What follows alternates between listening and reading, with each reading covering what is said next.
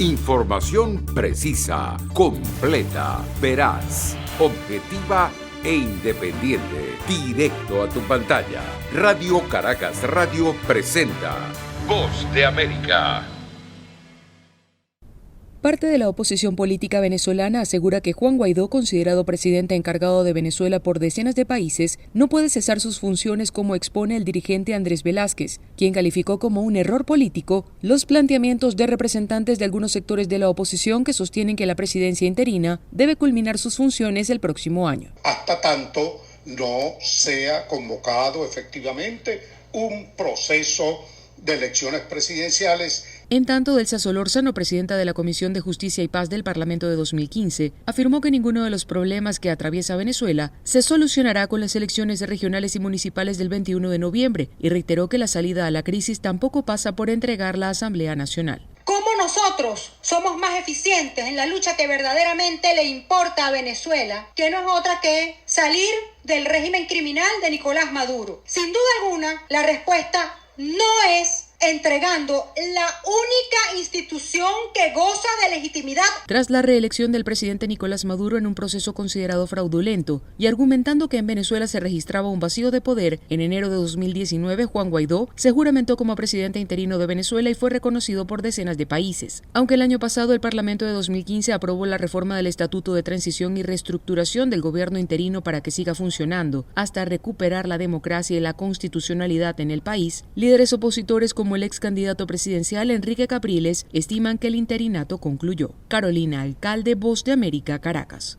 Las autoridades migratorias en Colombia entregaron un balance positivo en torno al proceso de identificación de los migrantes venezolanos para otorgarles el permiso de protección temporal. A 6 meses de iniciado este proceso, de los cerca de 1.800.000 venezolanos que se encuentran en Colombia, más de 1.400.000 se han inscrito para acceder al documento y avanzan en las fases de caracterización socioeconómica y toma de datos biométricos, requisitos básicos para adquirir el estatuto. Juan Francisco Espinosa, director de Migración Colombia, aclaró que el documento es exclusivo para migrantes venezolanos, pese a que cientos de ciudadanos de otros países se han inscrito para solicitarlo. El estatuto no es una medida masiva. ¿Qué quiere decir esto? Que no aprobamos a todo el mundo, sino que revisamos caso por caso. Más de 1.200 personas de nacionalidad distinta a la venezolana que han pedido el estatuto. A ellos no se los podemos dar porque esto es exclusivo para nuestros hermanos venezolanos. Ya se inició el proceso de entrega del documento, ya sea físico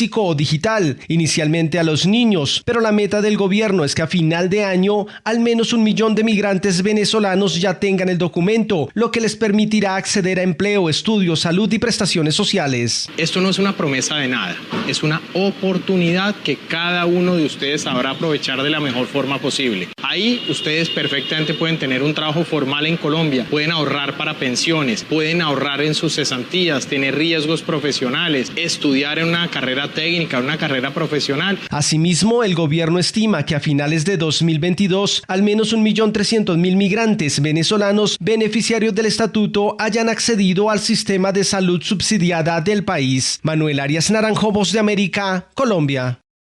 Ante la falta de resultados en la lucha contra la corrupción y por 9º año consecutivo, Honduras volvió a quedar fuera de la cuenta de desafío del milenio al no aprobar 9 de los 20 indicadores requeridos para acceder al programa de ayuda económica procedente de los Estados Unidos. El informe reveló que Honduras obtuvo una calificación del 16 sobre el 100% y ante este escenario el país dejó de acceder a $300 millones, alcanzando 9 gestiones sin poder lograr revertir la situación. Según el economista Obed García, el impacto que tiene el no acceder a los fondos es la consolidación de la corrupción en los últimos y el actual gobierno. Al final todos estos indicadores y puntualmente este lo que viene a reflejar es el deterioro institucional del gobierno y sobre todo en aquellos elementos vinculados a la justicia. Y precisamente estos indicadores donde el país se vio afectado son, entre otros, el Estado de Derecho, las libertades de información y civiles, el control de la corrupción, las tasas de vacunación, matrícula escolar y la efectividad gubernamental.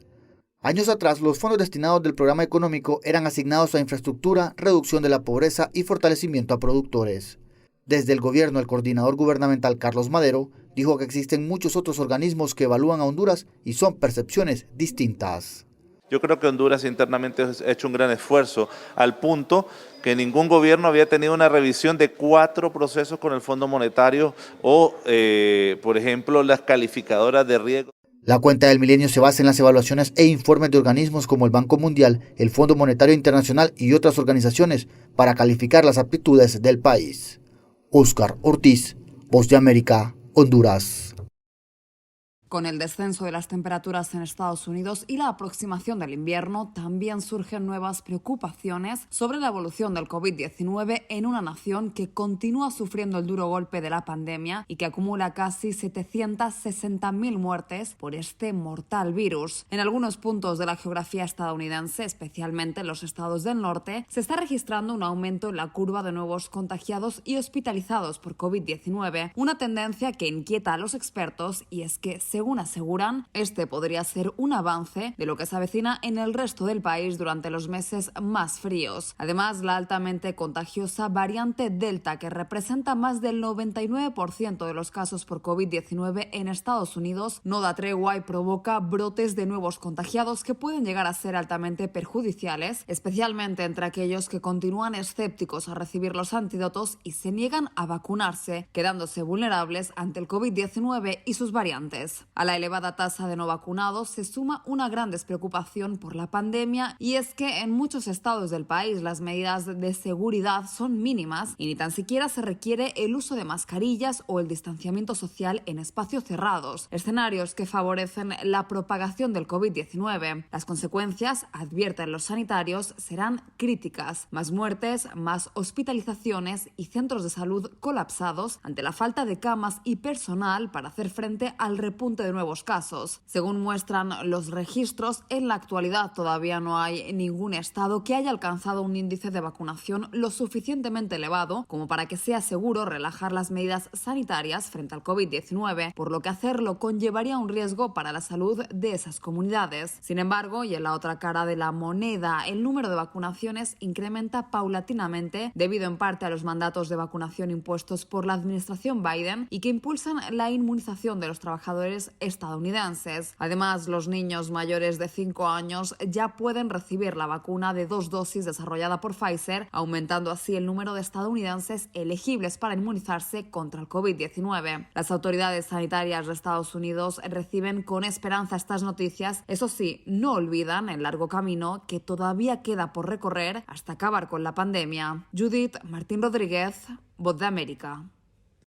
Autoridades especializadas en seguridad cibernética afirman que hay miles de cuentas en las diferentes redes sociales que estarían ofreciendo tarjetas de vacunación falsas y además las comercializan con la promesa de agregar a los compradores en los registros de vacunación y bases de datos de inmunizados. Hasta el momento, la mayoría de estadounidenses vacunados muestran su carnet de vacunación, que no es más que un simple y pequeño trozo de papel llenado a mano al momento de recibir la inyección, y contiene el nombre completo de la persona, la fecha de nacimiento, el tipo de vacuna, el número de dosis y el número de lote del inmunizante. Sin embargo, este documento fue diseñado para informar y no para proteger contra el fraude, afirma Isaac Bledsoe, agente especial de salud y servicios humanos de los Estados Unidos.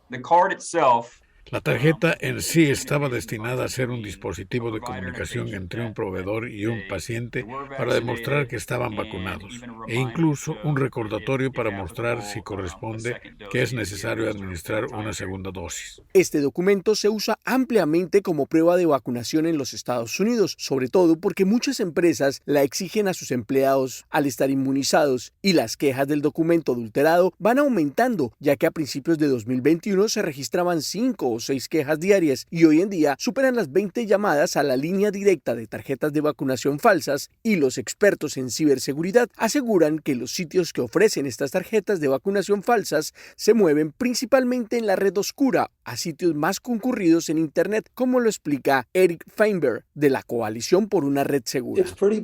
Es bastante malo. Están usando Facebook, Instagram, Telegram y WhatsApp para comercializar y promover estas tarjetas, dijo. En cientos de grupos en línea, las tarjetas de vacunación falsas se ofrecen de manera abierta y los clientes felices incluso publican sus fotos con falsificaciones. Los expertos de la conciliación por una web más segura incluso lo probaron ellos mismos y afirman que los estafadores responden rápidamente y garantizan la entrega en todo Estados Unidos.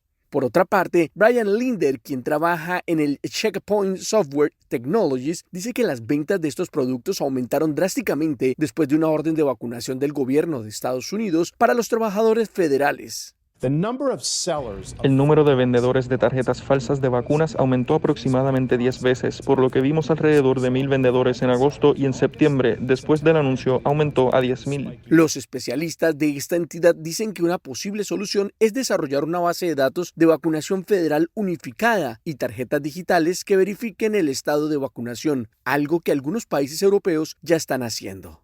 Héctor Contreras, Voz de América, Washington. Uno de los segmentos de población más joven ya puede vacunarse después de que los Centros para el Control y la Prevención de Enfermedades de Estados Unidos, CDC por sus siglas en inglés, ampliara a principios de noviembre las recomendaciones de vacunación a niños de entre 5 y 11 años. Eso implica unos 28 millones de niños con edades comprendidas en ese rango en el país. Pero lo cierto es que las autoridades sanitarias están muy vigilantes con el tema de la vacunación para los niños y no únicamente con la que tiene que ver con el coronavirus. Según datos facilitados a la Voz de América por los CDC, se sabe que hay una brecha de dosis de más de 13 millones en los pedidos públicos de vacunas infantiles con respecto al año anterior. Este panorama cobra especial relevancia en estos momentos cuando el país se encara hacia la temporada invernal y cuando los casos de gripe por influenza van en aumento en medio de una crisis sanitaria como la del COVID-19 que aún no se ha superado. El doctor Michael Young, médico de la División de Influenza de los CDC, recalcó a través de una comunicación escrita con la BOA que todas las personas a partir de los 6 meses de edad deben vacunarse, especialmente aquellas con afecciones crónicas, ya que se entiende que corren un mayor riesgo de contraer una gripe grave que puede llevar a la hospitalización o muerte. Con todo, recuerdan desde los CDC, la buena noticia es que todavía hay tiempo para retomar el rumbo, en tanto que de nuevo se ha demostrado que las vacunas reducen ciertas enfermedades y el riesgo de complicaciones graves. Anthony Belchi, Voz de América, Miami. El estado de Nueva York legalizó el uso recreativo de marihuana este año y se espera que la industria crezca dramáticamente, generando ganancias y empleos. En el Congreso Mundial de Cannabis y la exposición comercial llevado a cabo en la ciudad de Nueva York, más de 200 empresas están disponibles para sacar provecho. Pero no es solo el dinero lo que interesa a los funcionarios estatales, como el vicegobernador de Nueva York, Brian Benjamin.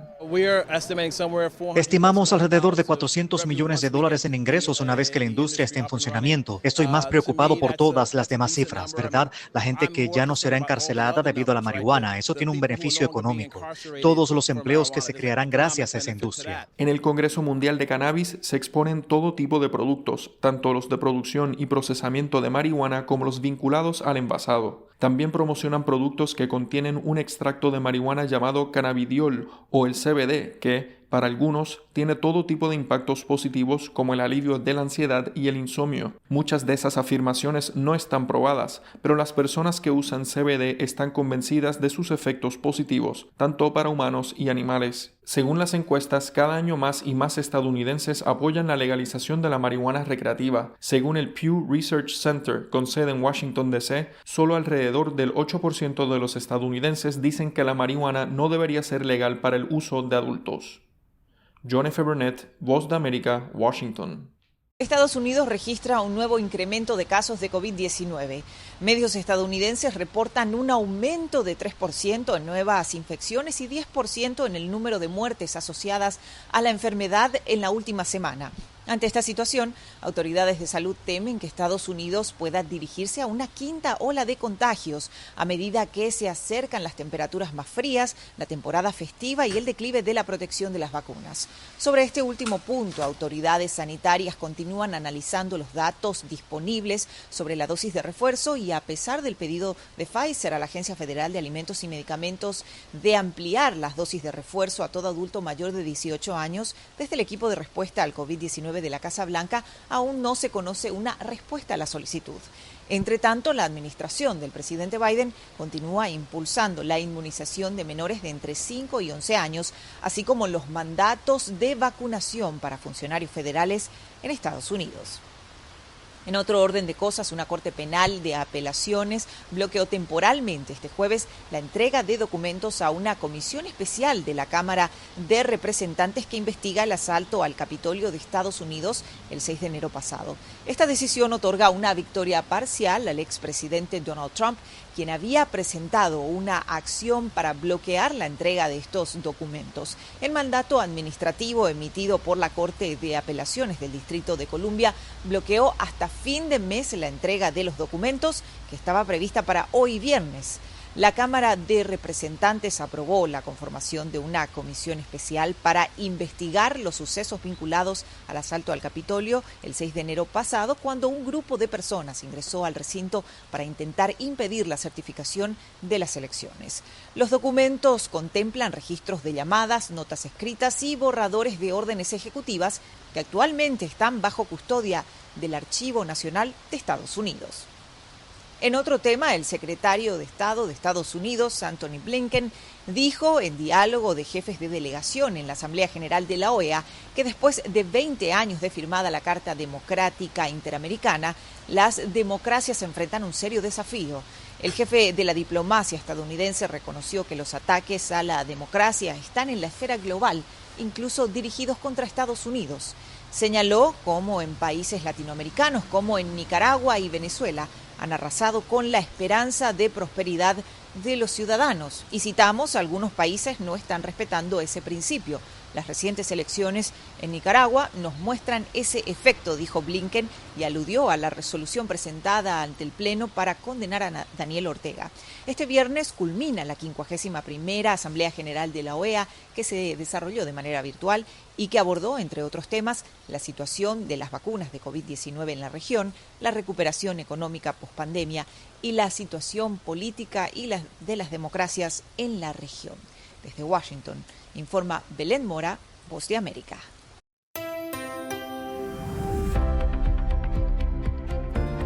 Cordiales saludos a nuestra audiencia desde Washington. Soy Yoconda Tapia y hoy en Conversando con la Voz de América abordamos el tema del Día de los Veteranos que Estados Unidos recuerda hoy. Y nada mejor que poner de relieve la presencia de los latinos y más aún las mujeres latinas en las Fuerzas Armadas estadounidenses. Dedicamos este espacio para recordar esta entrevista que realizamos con la sargento mayor de la Fuerza Aérea de Estados Unidos, Lucero Moreno Estoquet, una mujer latina que rompe barreras para mostrar que los sueños son posibles de alcanzar.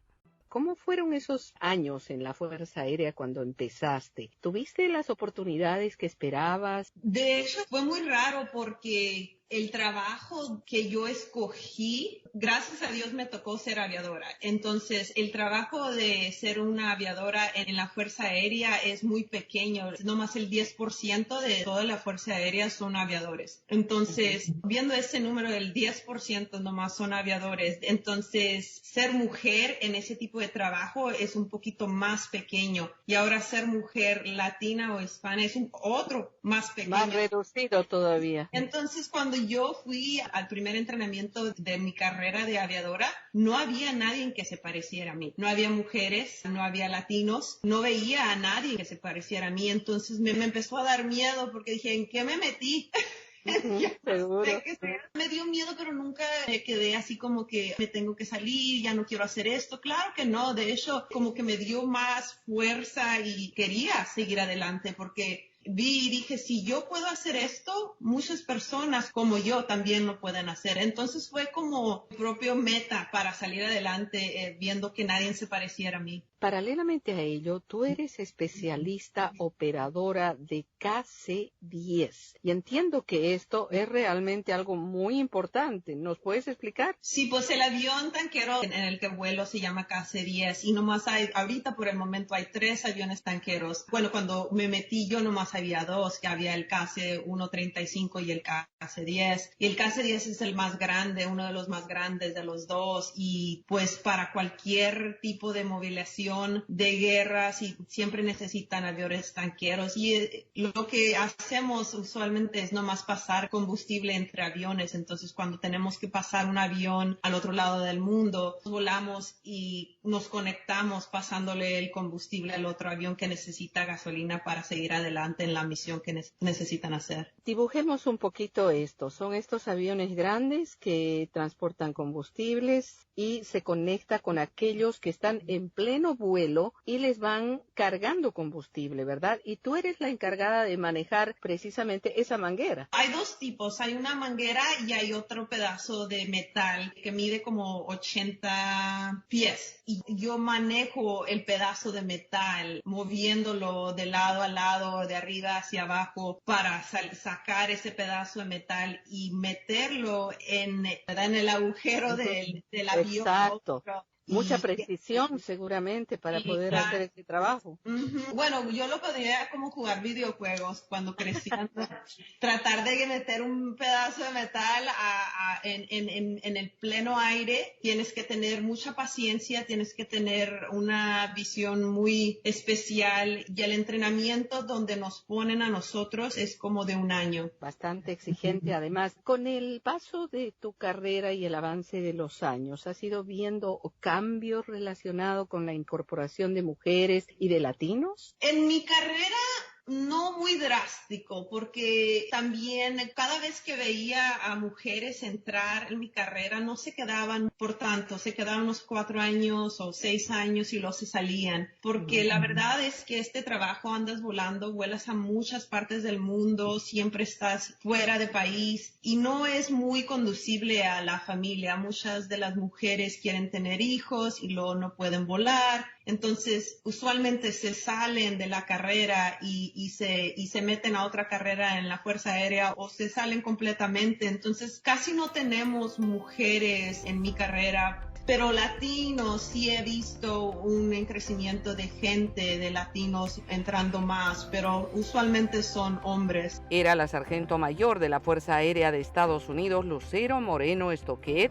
compartiendo su experiencia como mujer latina en el desempeño de su trabajo. Esto fue Conversando con la Voz de América.